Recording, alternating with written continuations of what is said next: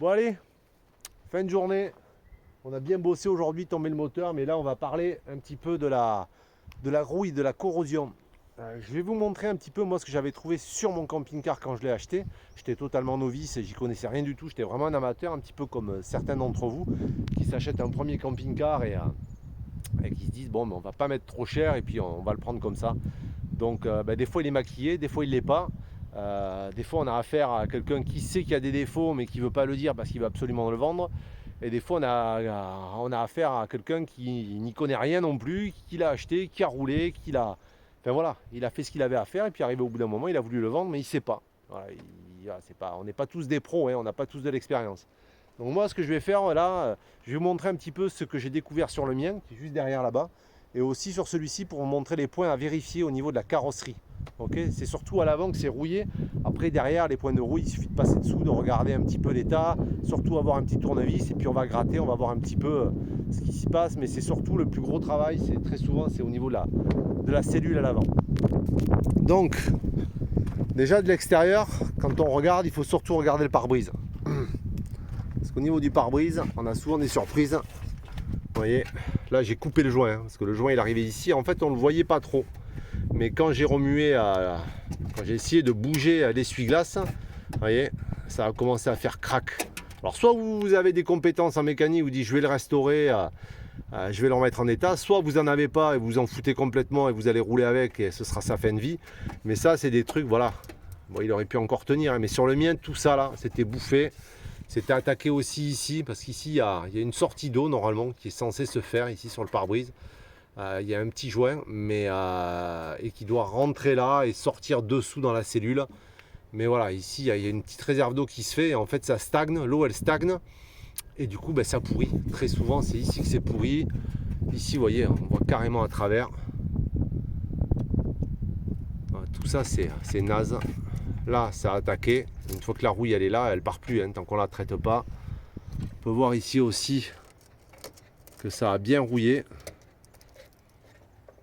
Et que là aussi ça a commencé à attaquer. On le voyait à peine, vous voyez le joint il arrive ici. Et la rouille, si vous ne soulevez pas pour aller voir ce qui se passe dessous avec un petit tournevis, mais vous la voyez pas quoi. Là elle était juste à peine apparente, mais bon on va pas se jeter dessus pour ce défaut. Et moi j'avais aussi toute cette partie là qui était pourrie, oxydée, parce qu'on voit bien ici là qu'il y a une réserve d'eau là. Vous voyez, il y a un petit truc là qui fait que l'eau vient stagner là et après normalement elle est censée s'écouler par dessous, mais même pas, je vois pas de. Il n'y a pas de trou quoi. Donc je sais pas où elle va. Donc moi sur le mien, ça c'était pourri. Ok. Là pareil, ça avait été rafistolé, mais moi je le voyais pas, j'y connaissais rien. Et ensuite dessous là, vous voyez, ici moi j'avais un énorme trou là, des deux côtés. Voilà, dans l'angle, donc ça c'est quelque chose qu'il faut aussi vérifier. Là il y a le moteur de l'essuie-glace, mais il faut vraiment aller voir là-dessous. Et aussi l'autre côté là, dans l'angle. Parce que moi là celui-là il est en bon état, hein, il n'est pas pourri, vous voyez, là ici là. Voilà, ça commence. On voit que, mais c'est pas grave ça encore. Un coup de framéto, on frotte un peu. Mais moi j'avais un trou quoi. Jusque là, tout ça, j'étais obligé de le refaire entièrement parce que sinon, il repartait pas quoi. C'était 7000 € mis à la casse quoi. J'aurais pu tenir, mais le but c'était de le garder plusieurs années quoi. Donc je l'ai entièrement refait. Je vous ai fait des vidéos. Hein, je vous ai montré un petit peu ce que j'avais fait comme travail. Donc c'est pas bien compliqué, hein. Il faut acheter un joint, ça vaut 40 €. On sort le pare-brise et puis on met du framéto, de la pâte, on le bricole quoi. Après c'est des véhicules, ils sont vieux quoi, hein. Donc il faut pas se leurrer, hein. Ils ont plus de 30 ans, celui-là il est de 93, donc il a 31 ans. Ensuite les points à vérifier, pareil, bon là j'ai démonté le tableau de bord, mais c'est d'aller dessous là, et de, voilà, ici là, de lever la moquette et de vérifier ici que c'est pas pourri. Parce que l'eau, une fois qu'elle a stagné là-dedans, elle va commencer à attaquer la carrosserie qui est ici. Et puis petit à petit, ça va descendre. Une fois qu'il y a un trou, l'eau elle descend ici. Elle bouffe toutes les masses qui sont là. Elle stagne là. Et après, elle vient couler tout doucement à l'intérieur ici. Vous voyez? Donc là, vous voyez, il y a de l'eau là qui stagnait. Hein. Et après, moi, elle venait se positionner ici. Voilà, ça stagnait là. Donc là, pareil, on lève. Ça, on enlève le joint et on vérifie que c'est pas pourri. Ici, et surtout ça aussi, là. Ce petit longeron, là, il faut passer dessous pour aller voir. Mais déjà, là, si vous arrivez à lever la moquette et à vérifier qu'ici, c'est pas pourri, là, c'est rien, ça, en fait. Hein. Ça, c'est que dalle. C'est un début de corrosion, mais Voilà, ça vous pouvez le traiter très facilement en relevant la moquette et en mettant un petit coup de framéto, on gratte un peu et on nettoie tout ça quoi. Donc là au niveau de l'avant, ici on a de la rouille ici et ça c'est le support du pare-choc avant. Donc ça c'est pareil, ça crée des points de rouille et ça commence à attaquer un petit peu. Au niveau de la batterie aussi, il y a de la corrosion, mais ça aussi c'est très facile à réparer quoi, si vous êtes un peu bricoleur. Mais c'est des points à vérifier, surtout si vous n'y connaissez rien quoi. Si vous n'êtes pas du tout manuel, vous allez acheter un camping-car pour aller vous balader en vous disant bon on l'achète, on garde 2 ans et on le revend. Ben, peut-être que le futur acquéreur, il aura vu cette vidéo et puis il regardera de plus près un petit peu ce qui s'est passé quoi. Ensuite au niveau des ailes, donc là on vérifie bien, surtout en passant la main là derrière, que ça n'a pas été rafistolé et qu'il n'y a pas de rouille. Voilà. Ici il n'y en a pas. Franchement la cellule elle est hyper saine sur ce véhicule. Mais ça surtout c'est parce qu'il a la capucine dessus. Vous voyez. Et la capucine elle a protégé tout l'avant. Donc les profilés, eux par contre, ils ont plus de soucis au niveau de la corrosion. Là pareil, j'ai découvert ça. Vous voyez, il suffit juste d'un petit pet, un caillou qui a fait un choc et qui a abîmé cette partie-là, qui est censée protéger la tôle. Et ben voilà, et du coup ça a fait ça. Ça vient aussi souvent de la roue, hein. Quand on vient braquer, des fois avec les pneus ça touche. Et du coup ben, ça a un petit peu attaqué le truc. Et puis là ça commence à être bien attaqué. Mais là c'est pareil, un coup de disqueuse, du framéto et ça repart quoi.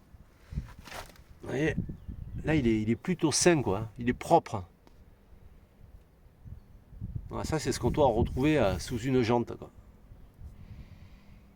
Et surtout ici, là pareil, les petits longerons, parce que là c'est une réserve de terre qui se produit là, ici, qui vient stagner, puis avec l'humidité, petit à petit ça bouffe et ça pourrit quoi.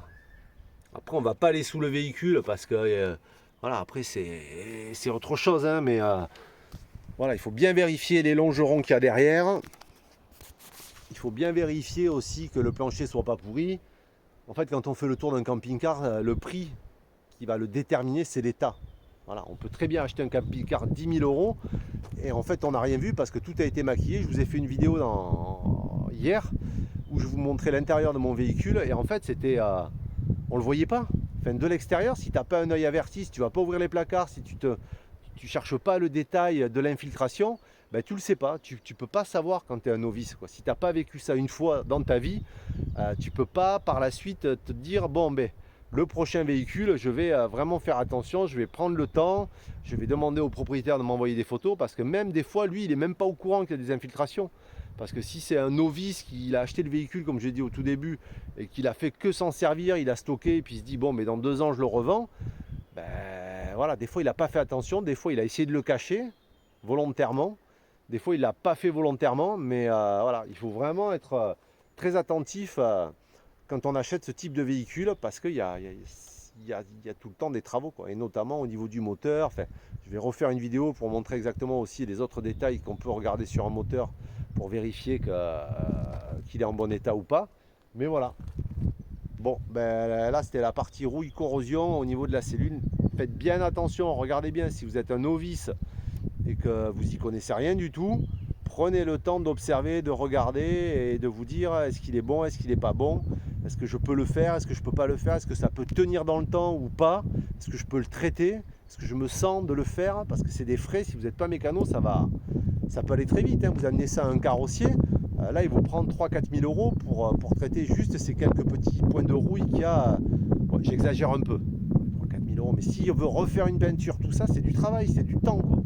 Donc voilà, j'espère que ça a été instructif pour vous et puis on se retrouve pour la suite hein, puisqu'il va y en avoir encore 5 ou 6 qui vont arriver. Allez, à toutes.